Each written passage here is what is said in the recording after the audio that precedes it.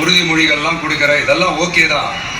ஆனால் ஸ்டாலின் சார் செய்ய முடியாததை நீ எப்படி செய்வ அப்படின்னு உங்களுக்கு ஒரு கேள்வி ஒன்று வரும்.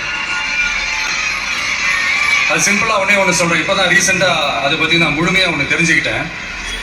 நம்ம மாநிலத்துக்கான மொத்த பட்ஜெட் வந்து 4.39 லட்ச கோடிகள்.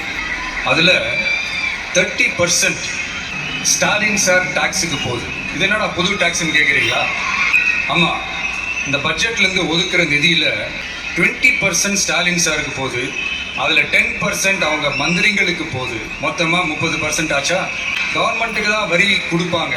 ஆனால் இப்போ கவர்மெண்ட்டே ஒருத்தவங்களுக்கு வரி கொடுக்குதுன்னா அதுக்கு பேர் ஸ்டாலின் சார் டாக்ஸ் தானே.